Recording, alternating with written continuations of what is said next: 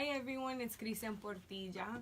I'm here with Mario. Oh wait, no, Telescope Thieves, Mr. Maneuvers, and Pazmal. I know you guys want me to call you by your artist name. Thank you so much for tuning in to Meet Them Mondays. If you want to hear us on the airwaves, you can go to joeradio.org from 7 to 8 p.m. And yeah, we'll see you right now. We'll see you in a few minutes. See you in cyberspace. I mean, you'll just see us. You'll just see us right here now. and hear Hello. us. We won't see you. You can't see us, but we Yeah. see you. That's what's happening, guys. I like what you guys have done to the place, by the way. Thanks, man. Thank you. It's Yeah, looking it's fun. been work in progress. Well, it's still. I feel like maybe what ready. it might have felt, but definitely more cool, going to WVUM back in the days for me. Yeah, they changed that Of studio course. up like crazy. Oh, Have you seen it? I used to. It's That was it's always my beautiful, dream, dude. but then I found out that you had to be a student Yeah. to be able to be in there on the radio. Me, I had a loophole because I was like DJing and then we ended up like having Well, do somebody you there. still know someone there? Because I really love to get that off Currently, my I bucket do list. not.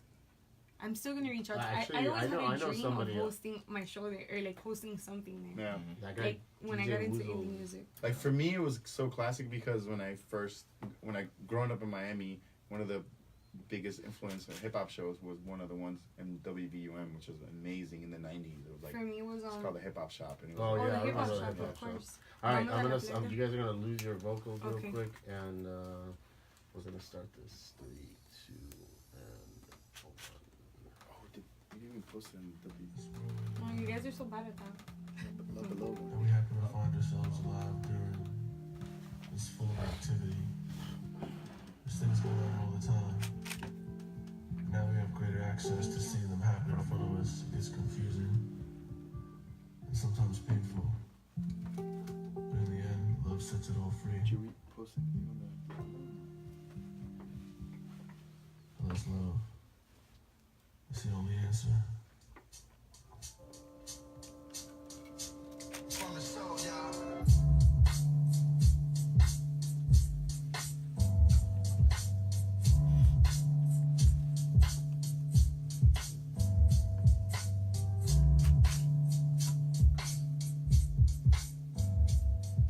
Peace World, welcome to Meet Them Mondays, a show about community, culture, and lifestyle in Miami. I'm your host, Cristian Portilla. Before we get started, I want to share with you all that I finally had my first public speaking engagement yesterday. And I was invited by Idol Swimmer to their Shiro's event to speak about my career and tell my story. And I always turn down these events, but I figured that I wanted to kind of get that off my bucket list. And also kind of get over the imposter syndrome and cross that, and cross that bridge and do that. And sometimes I get so busy sharing everyone else's stories that I forget to share mine. So that was a really nice accomplishment for me. That was last night. Today, my guests are Mr. Maneuvers, Pazmal, and Telescope Thieves of The Love Below. Welcome, guys. Hey. Thank you for being here. Let's get started. The Love Below was established July of 2015 as a weekly party that has consistently pushed a new wave of sounds unheard anywhere else. Every Tuesday, The Love Below takes over Las Rosas with founders and resident DJ producers Pazmal, Telescope Thieves, Maneuvers, Janelle, Sharp Sound, Louis Arson, and Jerry Espin. The Love Below is also a take on radio with Soundcloud playlists featuring various artists on the Love Below mixes. The Love Below is a collective of 7 creative men who are taking over DJ parties in Miami. You guys are amazing. So let's start with you first. Maneuvers, you began to DJ in 1993 and you've been making your mark in Miami, investing your time with your friends and sharing the city's music and nightlife and the culture. You've had a hand in developing Chocolate Sundays at Purdy Lounge, the longest running party in Miami. Yeah, pretty much. It was, The longest one? It lasted it was a weekly too. It might have even been on the East Coast, to be honest with you, or maybe, I don't know, in the country, but a weekly party that lasted for like 15 years. Wow. And then now every week.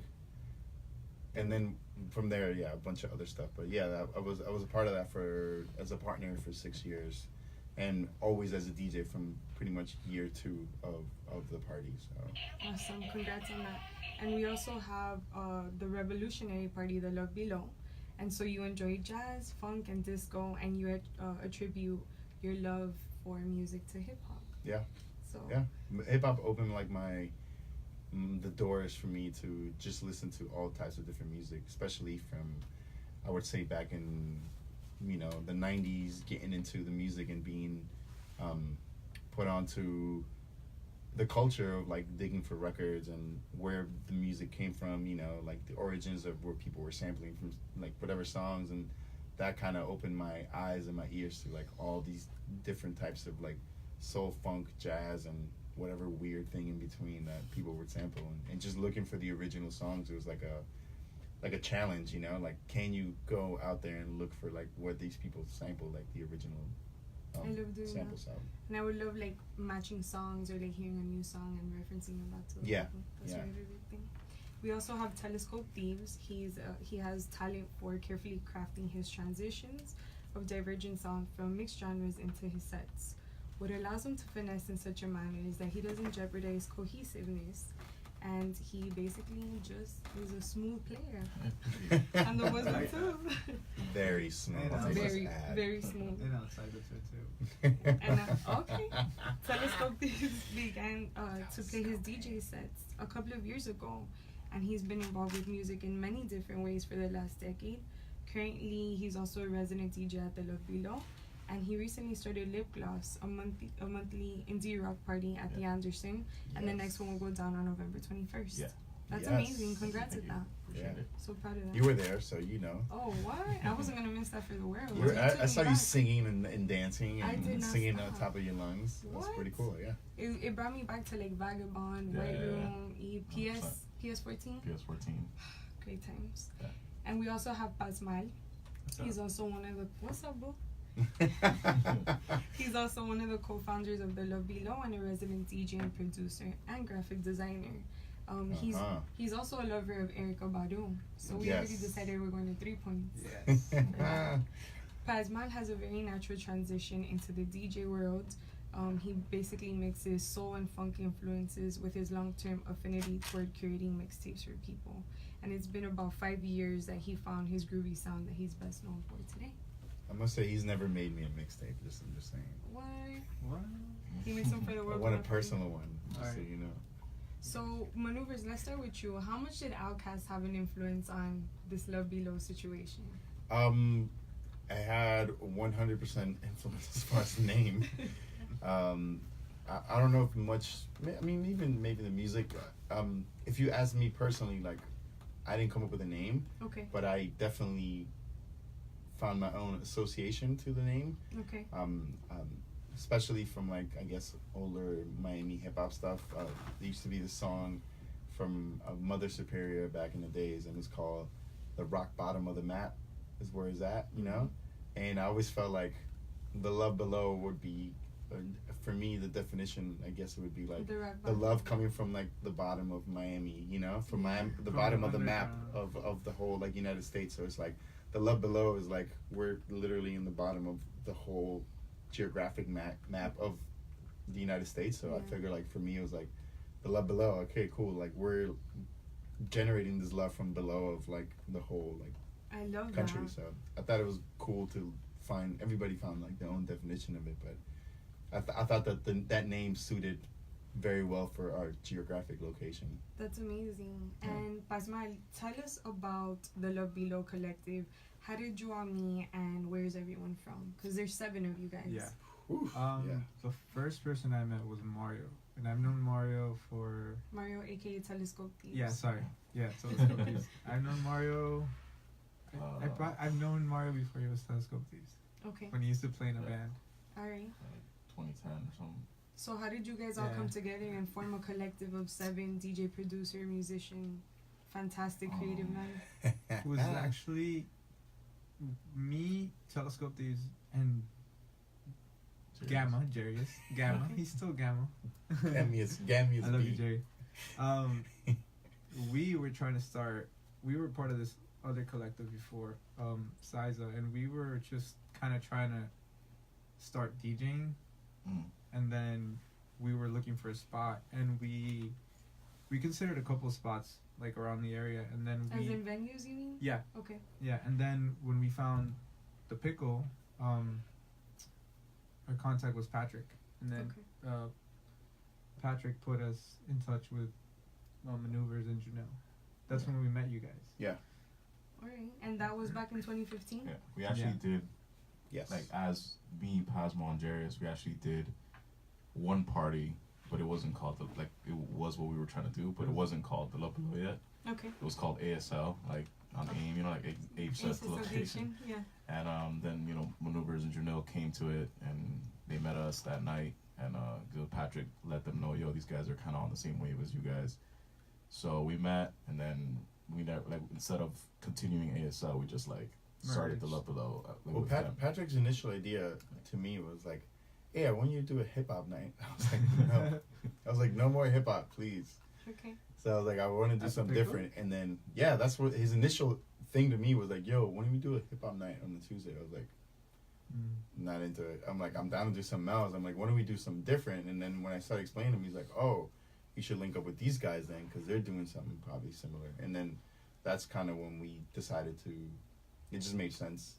We all met, and we're on the same kind of creative wavelength at the moment. Yeah. And once we met, we're all like, I think we're mutually excited about meeting each other and being like, oh shit, there's somebody else in the city like doing some kind of interesting, cool shit. Yeah. So we united forces, and I always tell this to people. It was literally an experiment. We're all like, well, I was like, Patrick, give us 3 months. If it doesn't work, it's cool. If it does, then we're good. Yeah. But we need 3 months just in case it takes a while to like get going. Right. The first one kicked off, and just like it kind of didn't like let down really from then. So we were just fortunate enough that I think the initial 5 people that were in it, we just all pulled like all of our friends. So yeah, you guys. it worked. It worked for the size of the room, the vibe, and just I guess disrupting like the regular stuff that was going on in Miami at the moment. So it was a good merge worked out too, because it was like different crowds. Yeah, and we all become such good friends after that. So imagine that. What would you guys describe the sound of the Love Below as? Like, if as someone who attends, what can we expect to hear that night? I would say I think the one sentence that I think has been the best describer that I personally have heard is like a genre-less dance party. So it's like the main idea is for a genre-less. Yeah, like dance there's no party. genres to Love Below. It's not like a hip hop party. It's like I think for us, like a lot of people, if they write about us or like comment or like I feel like they always get it. Like we're always like kind of laughing about it a little bit in the group chat because like people throw like 2 or 3 genres. They'll be like, it's a R&B dance party or hip hop future party, and it's like none of it really works. Underground hip hop is my favorite one because it's like nothing underground hip hop about it. But like none of it really works, and I think why it's hard to describe for people is like sometimes people try to like come to one night, and I feel like I know. I was gonna say we're about to this. If you guys can't describe it, this is a little bit what it sounds like.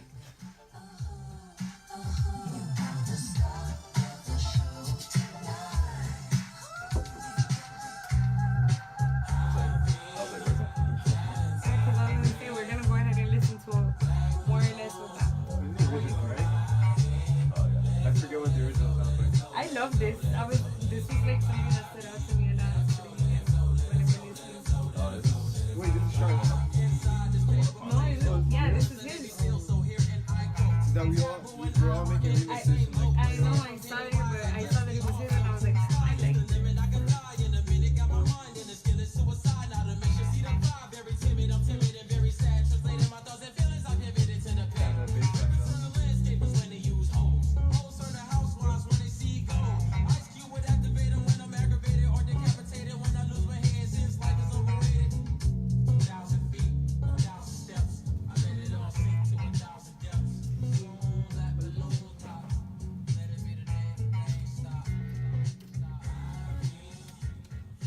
You know, when I listen to the mixes that you guys have on Soundcloud for the Love Below, I picture myself at like Super Wheels doing like a really cool I hope so. skating party or That's something. what I'm going Having for. one of those, huh? Skating backwards. Exactly, skating I backwards can or never like do fighting that. my girls. I can do it on inline. I wish I could do the skating backwards. That's the one thing I have to still like. First of all, I gotta buy quads soon. Wait, let me pull you back though. Yeah. this we're not there yet. We're gonna go to Super Okay. real soon, All right. though. Cool. Awesome. But yeah, so for those of you that don't know what it sounds like, or I mean, of course, there's so much to it, but this was just a track that stood out to me. But I want to know what it's like for all of you to work with each other, and maybe what does each one of you bring to the table? Maybe Telescope, you can take that one. I think it. A lot of people are surprised when they hear there's 7 of us. Yeah. But I think it definitely probably couldn't work, and especially for this long, if it wasn't all of us. I mean, everybody plays a different role. And like you said earlier, Paz does art. Okay. The rest of us, like, we all have hats. We all, even Paz, like, all of us have multiple hats. Like, What's your hat? well, I do the radio show. That's Okay. one of my responsibilities. But like day-to-day stuff.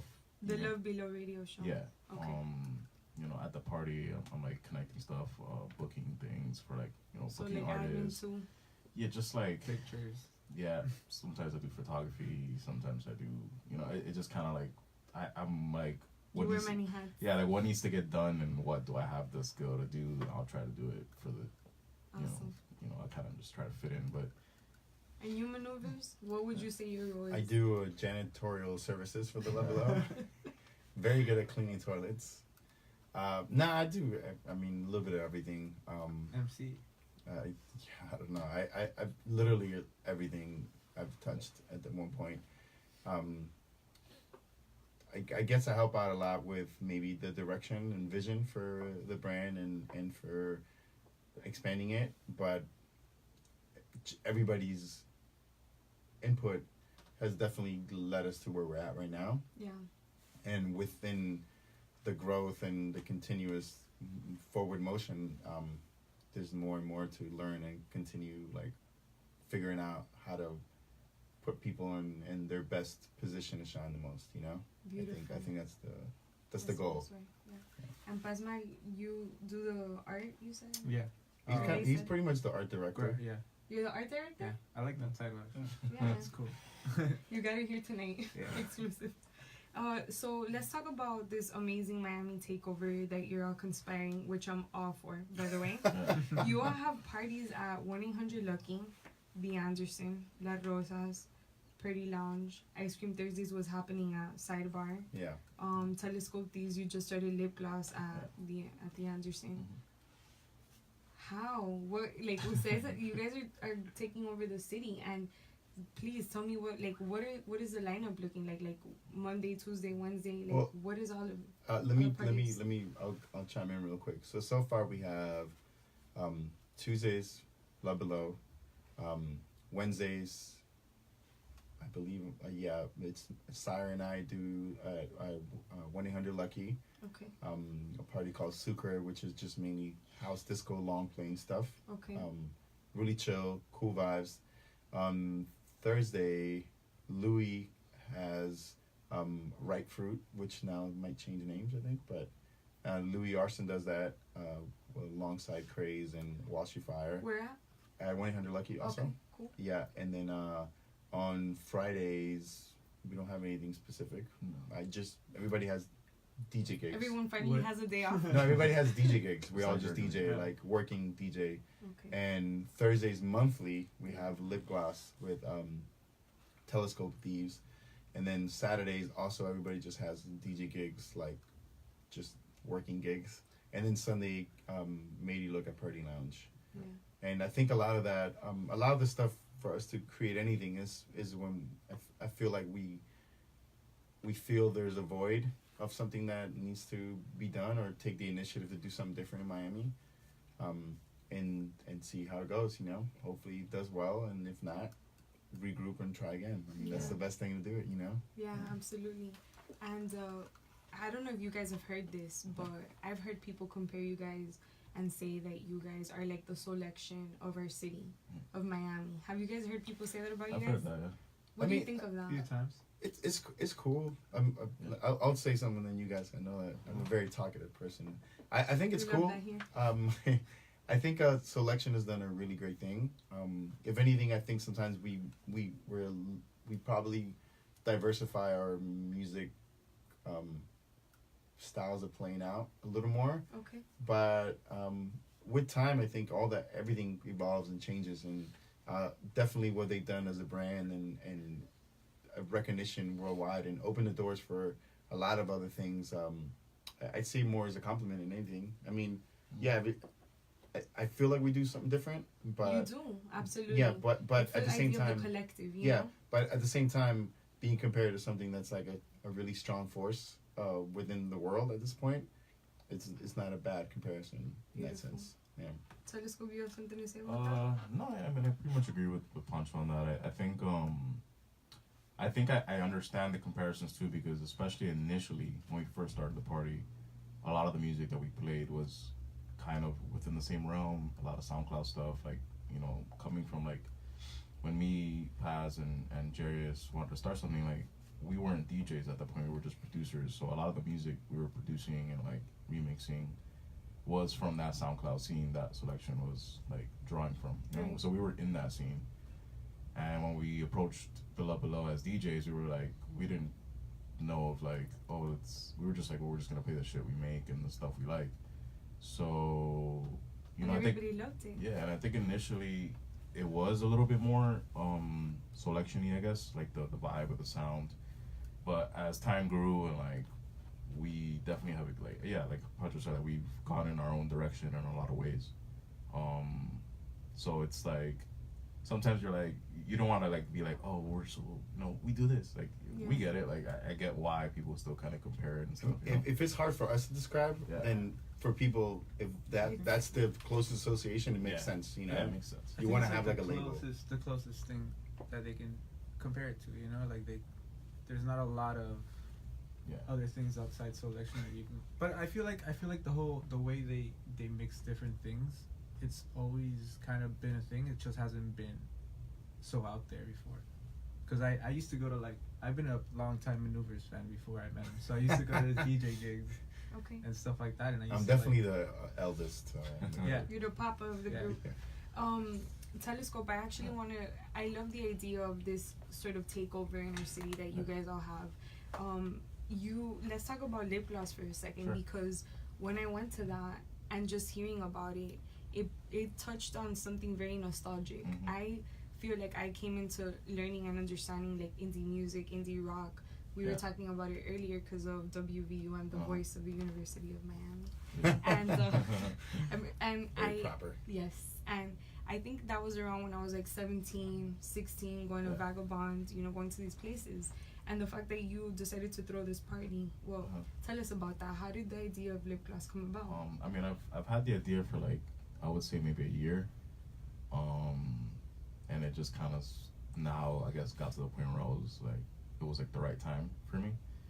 But yeah, I mean, it's just, I've always been a fan of the music, and it's like Pancho said earlier, like, I guess we've always liked to try and fill a void, you know, because like, and I think, I mean, I just feel like it's a smart way to go about things. Like, if you feel like, hey, like, there's nothing like this around, and if it's something you like that, it hit those 2 points for me. Like, so I'm passionate about that kind of music. Like, I love rock and like indie shit.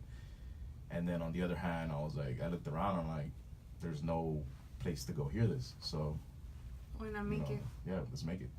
You want to know the part to me that is the most exciting is the idea that all 7 of you happen to know Miami so well, to the point where you know what the listeners here want, and you're willing to maybe even take a risk, some are saying, as playing the music that you do, because it doesn't, like, if you think of Miami per se, or someone who's not from here, and you say like, I'm gonna go and play, you know, indie rock at this event, most people might be like, what are you doing, bro?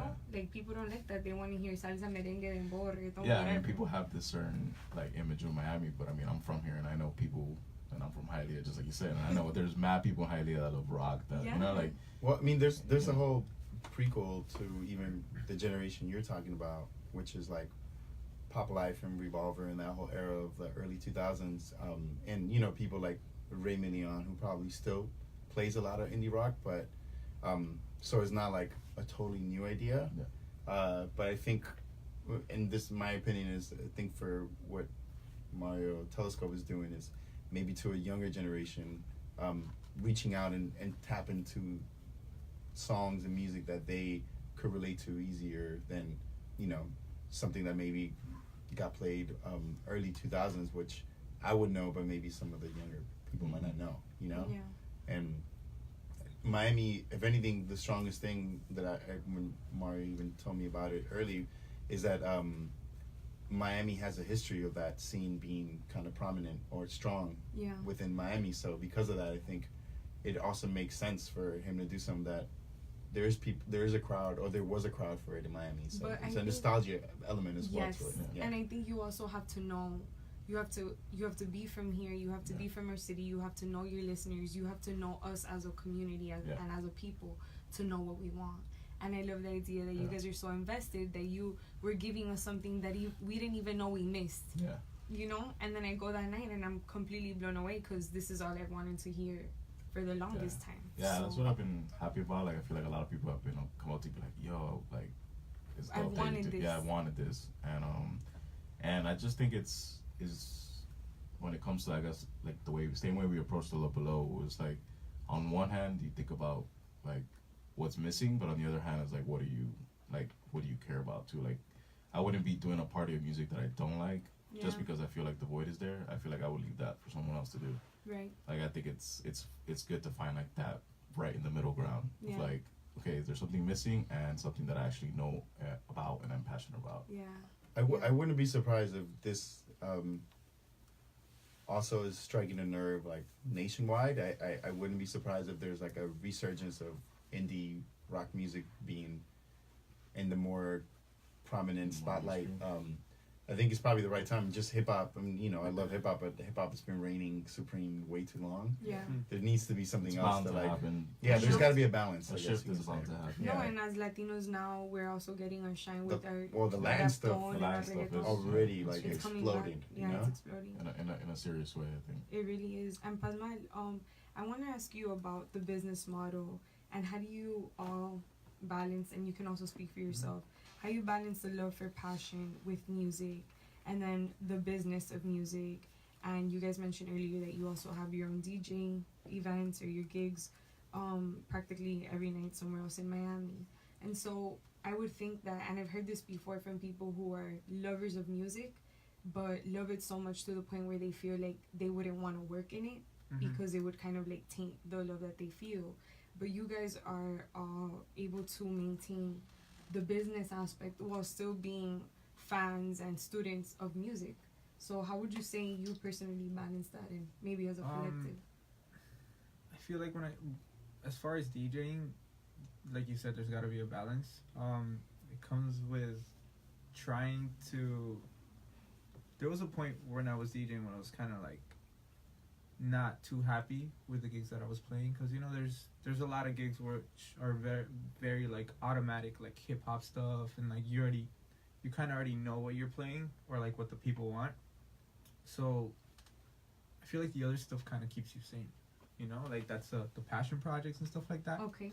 That keeps you sane, like the Love Below, Lip Gloss, and even like Made You Look. It's cool because it's not really, especially when I play, because I usually open, I get to play a lot of cool stuff that's kind of like in the middle, so it's not so like automatic like if I was playing somewhere at like in Wynwood or like at the beach somewhere else, you know, like I get what do you mean by cool stuff? I play a lot of like early remixes or like hip hop that like old school hip hop that I love. Okay. Because I don't know, I'm a little bit of an old school hip hop head. That's cool. And I feel like that keeps you sane, having a balance with that. Because I know a lot of people that just like DJ and they play these little very like kind of like stale gigs. So you play the same thing weekly. It's draining. It's like soul sucking. Yeah, it could drive you kind of crazy. Yeah.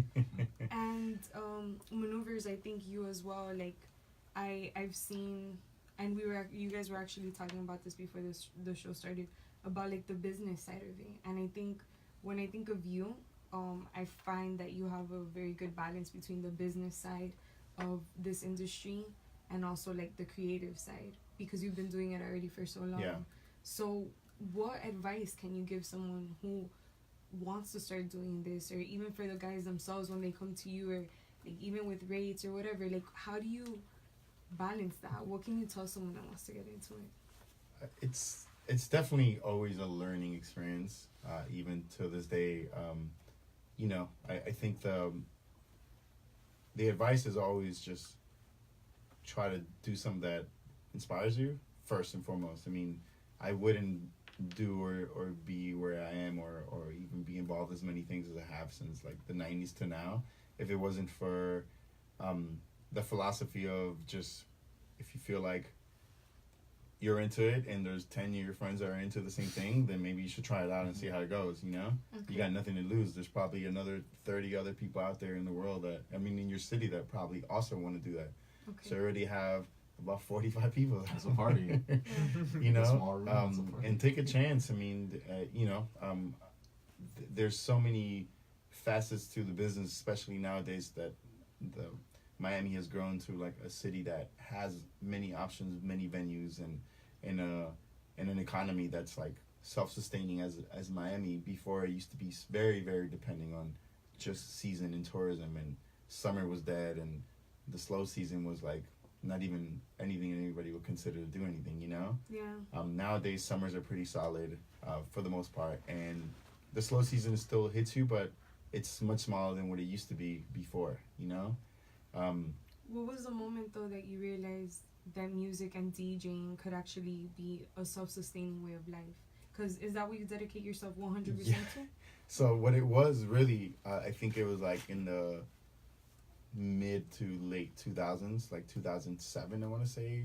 I used to have this, before that I used to have a record label, and things were awesome, you know, never thought about it. It was like, I thought like, cool, this is, you know, great lifestyle, great creative fulfillment. It was awesome period of my life. It was called Counterflow. I did it with another friend of mine, and a lot of my friends were involved in that. And like anything, one of the biggest lessons that everything has a beginning, middle, and end, you know? So every great moment in time is going to come to an end at one point.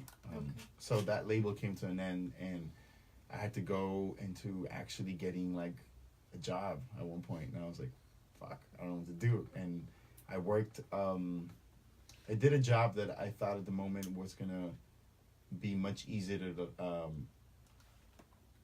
What was the complement my lifestyle as a DJ and night lifestyle. So I did valet, like car parking, Okay. at this building on the beach. And then from that, I met some dude that he did this like limo driving service, which was like, it wasn't actual limos, but it was like Cadillac Escalades and like Mercedes, like, you know, Okay. like high-end 600 or something, whatever, Luxury 500.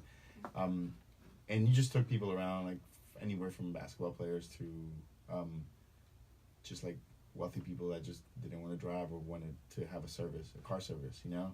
This is pre-Uber too, so you got to remember, like, it wasn't, Yeah. some people rented the car out for the night because they wanted to go out with their friends, so I would wait for them outside or whatever. And it got to a point that I realized I was like, it started consuming a lot of my time, that I was producing music and DJing, and I was starting to like put that aside, and I was like, it came to a realization that I was like, I don't like working for somebody else's dream at this point, and for better or for worse, I'm gonna make a decision to let go of all that shit, and even if I have to do pay cut and make less money, that I'm just gonna dedicate my time 100%. I'm dedicating 80% right now to driving cars with people around. I'm like, that's not where I ever wanted to be, you know? So I felt like I was like going backwards in my philosophy of what I wanted to do creatively. So that was a point that I was like, all right, cool. I learned my lesson. I don't want to be in this position, you know? But did you struggle? Like, how did you make the transition then? I just made the transition by just jumping into it, to be honest with you. And just start charging people to DJ? Well, I always charge people, but I never, not that I never, at the moment I just wasn't, if I had like a job to do through the car service or whatever, I would prioritize that because I was a job. So I was like, oh, okay, so I'll put things aside or whatever, you know? It was like, I'm pretty, that's the other thing I noticed, like, all right, so I can work well for somebody else, why can't I just work well for myself, you know? It's like learning all these qualities and being like, well, I'm a good employee, I'm a loyal person, and I know how, like, why can't I bring all those values into what I do professionally as a DJ or event producing, you know?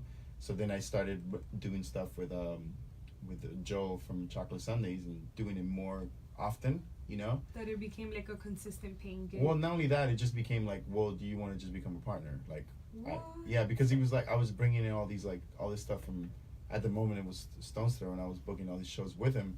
And every time that we do it, he'll give me like a cut of the night and be like, oh, I'll give you a percentage of the night. So eventually it was kind of like, well, I like working with you. He's like, at the moment, he was like, I'm going to travel. He's like, do you want to just take over the party and be my partner? I was like, cool. Damn. So it was that, and then just DJing in general, and just taking a different approach as to making it a career as opposed to like a side gig. Mm-hmm. So it was like shifting the mind state of like, it's no longer a side gig. It's not like a hobby anymore. It's a career, and I'm going to dive into it. Like I said, for better, for worse, because it fluctuates sometimes, and hopefully you can reinvent yourself into doing other things. But it was really that realization. One time I was driving some people, and it was my birthday, and I was actually working on my birthday, and I was like, this sucks. And I got really depressed, and I got like a text from my mom, like, because my mom was always like, no matter what job you have, as long as you have a job and you're saving money, like it dignifies you as a person. And I was like, 100%, she's 100% right for that. So I was like, cool. But I had a choice. I was like, I can either stay at this job and work for somebody else and consume most of my time, or just create my own thing. And I was like, fuck it, I'm gonna go for creating my own thing. And that's kind of that was a very big defining line for me, because like I said, I came from owning a record label with a friend of mine and having all this like really cool things happening in my life, and a lot of accolades and a lot of attention, and a lot of people, like, part of like the glamour and glitz of like having all this attention on you is people being next to you. And then one of the hardest things in reality, like checking my life, was when all that went away, was all the people that went away with it. You know, it's like, oh, you're no longer like involved with that, or like you're not longer doing this cool thing. Like they're all like disappeared. You know, and I was like, okay. I was like, that's a really valuable lesson. Yeah, I was like, this is a real lesson. Like, a lot of these people are not really your friends, and a lot of these people, like, if they don't need something from you, they're just not around anymore. You know. And Telescope, do you remember the first time you got paid for a gig? I used to play in bands, and we used to like never get paid. So like promoters in Miami, for at that time, especially for like rock shows and stuff, were kind of shady, and then they would tell you, yeah, no, and like, you know, sell tickets. Yeah, and like the exposure. Yeah, like, oh, and then like, you know, every once in a while, I remember Bardot was one of the first venues to like pay my band well. Damn. And I was like, that's kind of cool. But I'm actually gonna have him here. Yeah. The next show. Yeah. And but so that was cool. But I think as you know, as Telescope Thieves, when I first started, it was mostly like producer sets. Like I was performing just my own music, you know, to get paid here and there. And then I kind of slowly started to like do more DJ gigs as well. I can't really pinpoint exactly when I started to be like for sure get paid, but I definitely remember, I guess right around like once I started doing the Low Below, and I think it was the influence of like Pancho and like Louis and these guys, because they were, you know, more experienced in that world, especially when it comes to DJing. Learning from them of being like, I think at that point it was really like, okay, yeah, we're not doing any gigs for free anymore. It was like, you know. Well, that I know what you mean, because obviously journalism is always like a fluctuating business. So 100%, I know what especially with the current, like how it went through like a really tough time at one point. Like exactly. Pazman, do you ever struggle, like how we're all talking about, with imposter syndrome, or maybe how did you shake that off and say, okay, I'm gonna go ahead and charge for this service, and I'm gonna charge for my craft, and I deserve to get paid this much? What's imposter syndrome? I'm not sure if I'm imposter syndrome is when you don't feel like you are what you say you are, deserve, what you are. like, you're not every creative. Yeah. Like or even like how I was saying earlier about doing that talk, like there's been many times where I turned them down because I'm like, but who really am I to go and speak with authority on this topic? But then I quickly started realizing, like, I'm not bitch, so I deserve. They asked you. You gotta think, like, they asked you for a reason. Yeah, you know, and that's the same thing with DJing. But if like, you don't, exactly. But if you don't condition yourself to tell, I live in like an imposter syndrome shadow all my life. By the way, we all do. So that's why I want to bring that up to you, Pazman, because I'm like, we're talking about like branching out and making it work for us, our crafts. Like, how did you deal with that? Well, I think he has a very good example with designing, because you weren't designing before Low Below. Like, okay. Yeah. Not really, right? Yeah, actually no. the most I've done, I used to do video editing before that, and I used to have a job doing video editing. So that whole transition, well, I don't remember. Actually, no, I started designing. I was doing flyers with Siza, Siza, so, yeah, Okay. yeah. And then how did you bridge that with the music? I've always been into art. Like that was my first passion. I actually, when I first started going to school, I was going for architecture because I wanted to draw and stuff like that. Mm-hmm. And then when I realized I hated it, I just went into music. Okay. And then You hate Good. yeah, You didn't waste time. yeah. And then while I was doing music, art's always been like a sketch here and there. So it's Yeah. always been that. But I think the hardest thing was like me being like, okay, I'm a good DJ, I can charge, Yes. you know. Yes. That's the That's imposter syndrome. yeah. Getting over. So, I mean, I feel like I practiced a lot before I actually started DJing, Yeah. and one of my first gigs was Speak Fridays. Okay. So I was doing like playing very chill stuff, and I was like, it was cool because it was a way for me to get comfortable, and then you know Rob, right? Yeah. Rob Lee, the host from Speak. Oh. Okay. He used to be a DJ. Okay. So he kind of like guided me a little bit, and he helped me a lot with like realizing what I was doing wrong. Okay. And then once I started DJing with these guys, I got even better. Okay. Awesome. And then I was like, okay, I think I'm a DJ now. Nice. Yeah. So it's Yeah. about having like those people that support you, that Yeah. teach you, that are gonna guide you. If you that have are- someone that you respect, kind of give you that stamp of like, yo, you're dope, like Yeah. then it kind of gives you a boost. I mean, I guess not everybody is as lucky to have someone come around and like give them that pat on the back that Yeah. they need. So, I mean, my it's advice is special just what like, you guys yeah. have. It Yeah. really is. I mean, my advice would be to like, if someone is asking you to do something and it's a situation where if somebody else was doing that gig, they're gonna get paid. Like, ask for money. Even if you go up there and you suck, Yeah. they asked you to DJ. So, and they have that budget to pay a DJ because they paid whoever DJ last Yeah. week. So don't do it for free. Do you all still have jobs, or do you all dedicate yourself to the music full time? Yeah, I don't work anymore. At Yeah. least. Yeah, I think we all yeah. dedicate 100%. Yeah. Do you still have or no? I was teaching, but I took a break from it during the summer, and it's something that I kind of still love doing. So Okay. So you might. I'll go. Double- It just double. depends. It's a little time consuming Okay. with like lesson were you teaching? plans, art and music. Oh, okay. Yeah. Perfect. Yeah. Yeah. Yeah, it was Teacher the pass now. stuff that I know. Awesome. Okay. And I want to get into more of the personal. So I think for me, my love for music comes from my mom and what she would play as I was growing up. And I wanted to ask you guys, who in your family or your friends or maybe people that you admire have maybe given you that? Well, who of them have excellent music taste in your family? Telescope, you can go first. Well, my parents are like real Hispanic, so all they listen to was like this like No merengue sé, and so stuff. tremendo dominicano.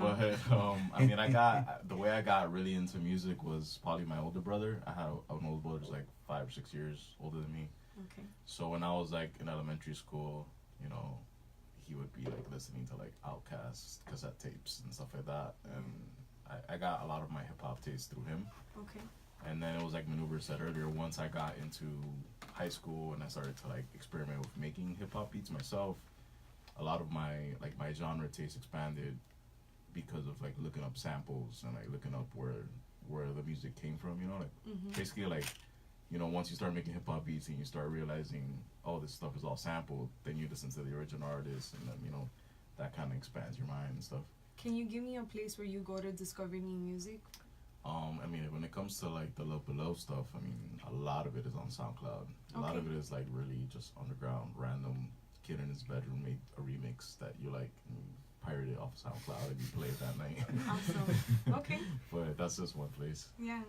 No, don't give away all your secrets. Yeah, That's no, fine. I mean, nowadays it doesn't matter where you find stuff, you know. Yeah. YouTube, iTunes. Spotify, like, just use the internet is so vast. Like, I used to go to this website called, I think it was called Eargasm or I think I remember Eargasm. Yeah, it's a blog, yeah. Yeah, it was a blog. I loved finding music on there. What about you, Maneuvers? Who in your family made you fall in love with music? I don't know. Or maybe your friends. It's a weird one because I feel like sometimes I feel like I'm a somewhat of a black sheep in my family in a way, but then again, also, like my dad has always been into music, but I don't think it directly influenced me, or maybe more subconsciously influenced me, you know. But I definitely remember like taking car rides and family trips and stuff, especially living in Chile, and there would always be like a cassette tape of something playing, you know, like. No, not even. It would be like The I Carpenters. don't know, from like Lionel Richie, you know, My parents like like the Oh, okay. Carpenters though.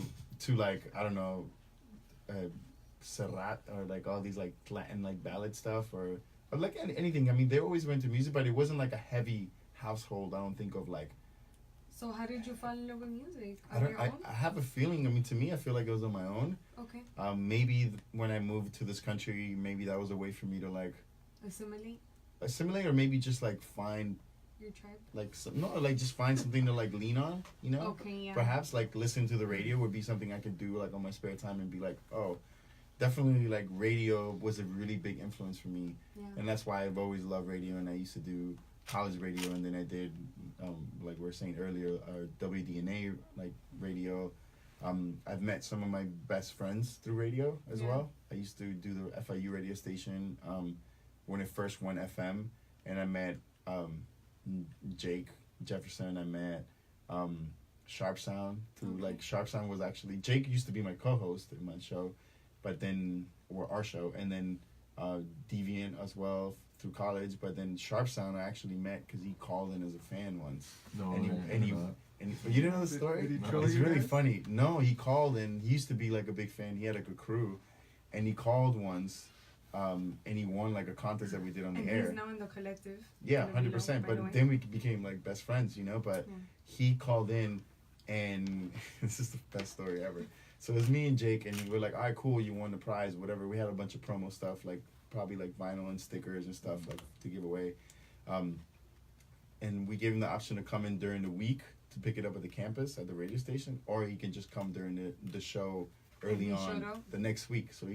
So me and Jake get to the show, to the radio station, to FIU really. We're pulling up to the radio station, and we see this kid with his mom, his dad, and his like little brother, No. and they're all like the whole family's hanging out. We're like, yo, is this kid that won? Did he bring his whole family? What so year we- is this? Yo, he's Latino. What you want? Yeah, well, this was like 2003, maybe Oh, wow, it's a 2004. long time. So I was like, He was in high school. me and Jake were so hyped that the kid brought his whole family. That we're like, course. yo, we give him like extra shit for. He was like, For yo, his family. dude brought his whole family. Like Yeah. we're so hyped that It's like a big deal. So after that, he would call in all the time and became friends, and then he ended up coming hanging out with us, and then through producing music, he ended up like showing us like beats that he was working on, and then coming to my house, and then became a friendship or whatever out of that. But That's beautiful. there's a lot of people that I met, and there's whole other people like musicians and really cool people. Like Source was also somebody that would call in, and once they invited us, they used to do these like ciphers like of rhyming. So they had a whole crew, and they invited us like once. We're like, yo, when do you come to like our cipher that we're all gonna be rapping like freestyling like at somebody's house. So at music was H2 a way for you to Yeah, connect at with H2 other at people. H2O's house, right? So then we all went there, not knowing anything. It could have been anything, psychopaths, whatever. But we all show up and through music, so hip hop. We ended up meeting them, and that's how we met. Source, like you guys know Source now, Yeah. but that's how we met Source. That was like Purely through the radio station. pre-internet. And what about you, Pazman? Like, who maybe in your family or a friend or relative made you fall in love with music? I think I was lucky enough to have a lot of older cousins, Okay. and a lot of them play instruments. They don't follow it as a career, but a lot of my cousins play piano and guitar. My mom's a disco head. Okay. I get all the sad stuff from my dad. He likes like the ballads and the new wave stuff. What is it? Corazón de poder. What is Yeah. that song? What song is that? I don't know. One of those old school Yeah, songs. that like stuff like that. yeah. And my grandfather, he used to play guitar, and he would have like these jam sessions and like family over, and they would play like Oh, we'll see- flamenco we'll see. stuff. Well, he sent us videos of jam sessions at his house. Oh, They yeah. go Well, in. your Yeah. family's Peruvian. Yeah. Yeah. So Okay. they They go in though. Like, cajon. I bet. You know, my mom's That's a cool. good singer, not professional, but like Yeah. she's. Both of my parents sing. you should have I her- don't- you should feature. her, I don't man. know how to, and I don't know how to sing. Like that sucks. You should feature your mom in a song. So Yeah, it that'd was be your awesome. family that really drove that love for you. Yeah, but I think mainly like growing up, I lived with my grandmother for a little bit, and it was like big household. So I had like my cousins there with me, and my older cousins was like mid-90s. So like I was exposed to a lot of like Shakira and like Alanis Morissette and Jamiroquai like from an early age. So when I moved here, I was kind of like a little confused because I had radio and everybody was listening to the same thing. So I kind of like gravitated towards like rock and stuff like that. And then once I started getting into I took guitar in high school. So once I started getting into that, it's just like eventually I got into hip hop, and that's like when the curiosity started. And I started digging up, looking for samples. I'm like, oh. Yeah, that's awesome. And so tell me, all of you, how do people out there, for any listeners or people that just want to partner with the Love Below or be part of the collective? I know that Miami has a big DJ scene, and so I can imagine that people are always wanting to either feature their music. I know you guys feature other DJ mixes on the Love Below on Soundcloud. Yes. How can people partner with you guys? How can they work with you guys? What if they wanted to DJ one night at one of the venues? How does that work? Well, I think we've done a good job of like giving a platform to a lot of other DJs, not just like having us every week. But I would say I think the best way to definitely like to get to DJ the party is to come to it. Okay. And like we're accessible, like we're not like the type of people to be like, you just come up to us and be like, yo, what's up? Like, hey, like I'm a DJ. Like, all right, cool. What's your name? Like it's just so much better to like meet someone and to like know that they've been to the party. Because like if you just get a DM on Instagram and you like send me some link, like I'm probably not gonna listen to it because like it's not that personal, and like like, and also even if it's like it just helps to like know that you've been to the party, because we know that like there's a lot of like we're really conscious about giving people a platform, but also being like, yo, is this person gonna rock it? Yeah. Okay. Yeah. To make sure that they're gonna have a So, good show. and it's good, and if keep you come to partying. the party, it kind of would give us an indication of like, okay, this guy knows the vibe, or this girl knows Or the the vibe, like, standard. like We try our best to have somewhat of some standards, and then I think what resonates from that is from people to just get better at their craft, Yeah. giving like real opportunities, but also giving real feedback and direction. So some people we've had people send us stuff and be like, yo, it's cool, but like It's it's not the best. Yeah. And then later on come through and then be like, oh, okay, like yeah, I like think you're ready now, like Yeah. it's cool. And people have appreciated it more than it being like, you suck, get away, it's Of like course. it's not the It's not approach. It's being like, constructive. it's being constructive and being like, look, Guide them. you like you have really good taste in music, just keep practicing. That's all it is. And so what do you guys look for in DJs and venues when you're partnering? And what if some of these people are not based in South Florida or based in Miami? Are you open to having people from like the UK or I mean, we've wherever? had all people from everywhere. Okay. At this point, we've had people from probably Australia. everywhere, Australia. except for maybe Africa. I don't think we had anybody from Africa. As far as the continents, Yeah, maybe not. Yeah. Alright, so for Definitely. any African DJs out there, Yeah, anyone on the I'll for continent? sure. How about it? Okay. I mean, yeah, all of this. Obviously, when it comes to like if they're out of town or like especially if it's out of the country, for us would be like budget concerns. Of course. Like so Yeah. sometimes But- if it's like we have people that come in. You know. They're coming into town. yeah, like, if they're we're gonna, if coming you're into already town. gonna be in Miami, awesome. easier like, for them. just But be usually, easier. usually they'll send us a mix or something. The easiest thing is just send a mix and be like, all right, cool. Let's see if we get the vibe. Because some people have the misconception of they think the party's something else. Okay. Like I've had people be like, yo, I want to rock the party, like, And and they be say like, you well, like do you know we hip-hop. play? They're like, oh, it's hip hop. I'm like, no, it's not Yeah. hip Oh hop. my god. No, but it's cool. It's like, yo, it's not hip hop. Like, Just and then come I'll to give the them, party. I'll give them a link to like some of the radio shows and something that translates more to like what the night is, and then they'll be like, oh, I get it. It'll be like, or sometimes you don't hear it. They're probably like, damn, I definitely don't understand what's going on. Okay. Yeah. Which is fine. It's just communication. Being able to like let them know what it is. But we've had people that come from out of town that are like that we don't know. We had a few times some producers be like, hey, I'm gonna be in Miami. I think this party like goes a lot with like the type of shit I do, or like, oh, I've been a fan or whatever, and be like, cool. They send us some shit and it works out. Be like, awesome, come play. Like, Damn, just like Yeah. that. Awesome. Pazman, you want to add anything to that, or you think they covered it? Yeah, I just think it's important that, like Mario said, that it's a little more personal, not just like you DM me and you send me something, because it just feels like you're kind of like taking every shot. You know, like I don't know how many people you just send. You don't really care much about the party, and I feel like we're very hard on ourselves about how we play. Yeah. You know, of course. And protective of the night. Yeah, we all feel we suck every those, time. Yeah, so those standards that we put on ourselves have to be put on everybody that comes into that because space. we work. It might be hard to see, but we have to do a lot to keep the party going. Oh, Did you guys not hear me say about how Yeah. you're conspiring to take over the city? Yeah. No, and it's funny you said because the other day someone like asked me about lip gloss and they're like, oh, like I'm gonna come next week. I'm like, no, it's only once a month. You know, like, and I've been like correcting people that, and I'm like, you know, and I followed it up with like, you know, I didn't really, and I told them, yeah, I only want to do it once a month because like I didn't want to have, you know, another party to worry about weekly. Yeah. Outside of Love Below, you know, it's a lot, and they were like really surprised, like, oh, what do you mean, like you have to do stuff for the Love Below? Like, isn't it just like? Yeah, they think we just DJ. They think it's just like, yeah, it just happens because like every, you know, and to a certain extent, because it becomes costumbre. Like yeah, it becomes something and to a that certain happens. there is certain things that are like just kind of there that you don't have to keep doing, but there is like there's work. there's work and it's every week. Like it's not like you can really slack off because when we do slack off, because it happens, it hits us, you feel it. You feel it in like You the definitely energy. feel it. You feel it in like the turnout. Of course. and then we're all you know? stressed out. And then we're like, okay, guys, we gotta get our shit. Like we've been, you know, and it's So- just, you know. It's tough. It's a Speaking lot of of- work. Yeah. Speaking of the work though, what's next for you guys? Like what else are you guys conspiring? Well, to tomorrow do we it. have a what's next. What's Or, next? Yeah. Like what You know, costume party tomorrow for Halloween. Pumpkin carving. Pumpkin carving. Where at? Love we Below tomorrow. Supposed Oh, to get the Tuesday pumpkins night, that's today. right. Hello. Yeah. Okay. Forgot. Damn, we gotta. Any new projects? So I know you just started lip gloss. That's coming back next month, November.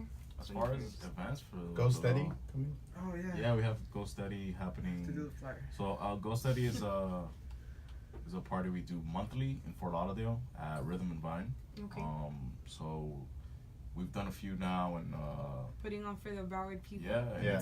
it's like a daytime party. So it's like experiencing us like on a different vibe because it's like 4 to 8 p.m.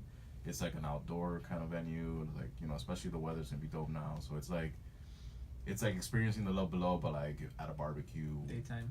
You know, like there's food. Daytime there's, kinda like, feel. Daytime, Alright. like it's cool, And to other people that come from up north, Yeah. sometimes it's Yeah. kind of who like. drive far. There's people that are like, oh, I can We come got a out lot from of West Palm Beach. Broward to come homies out, there. you know? Oh, true. Yeah. Okay. So, I that's think it's cool November 18th. I believe so. November Yeah. 18th, Sunday, and then after that we have Basil, which we're working on.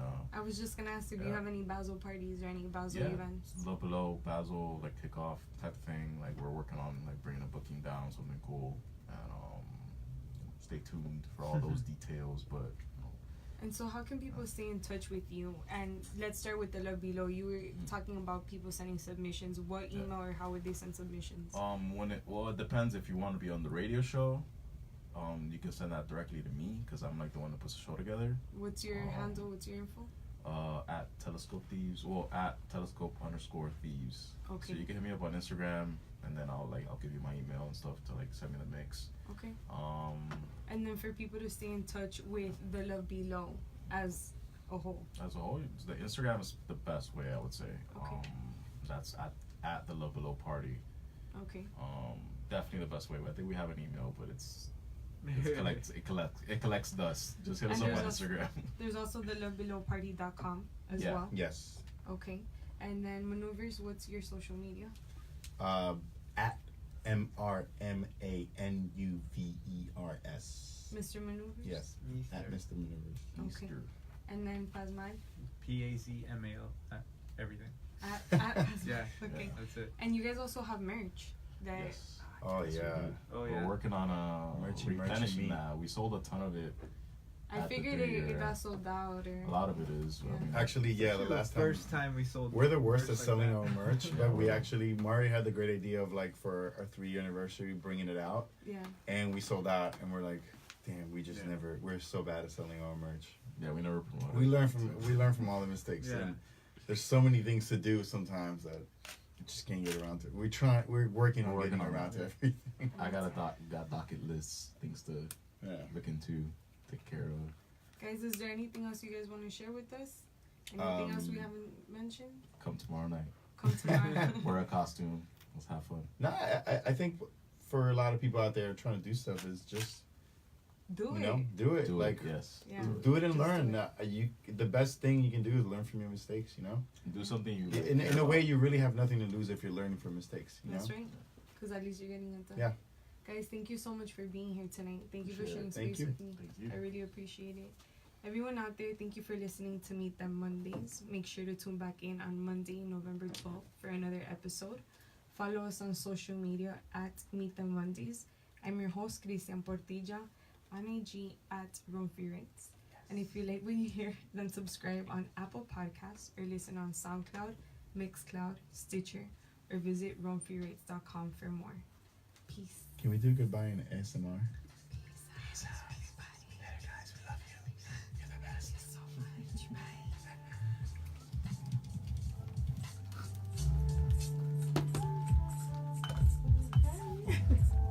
Everyone out there, thank you so much for like tuning those bells. into. Yeah, we're still live on Facebook. So thank you all for tuning into Facebook Live. Make sure to check out the link below. If you're here in Miami, they're gonna be at La Rosas tomorrow. Make sure to follow all of the guys on social media. Hit up thelovebelowparty.com and stay tuned. Thank you so much for checking out Meet Them Mondays tonight. Bye. John, may you please handle that for me? That was awesome. Thank you, guys. so much.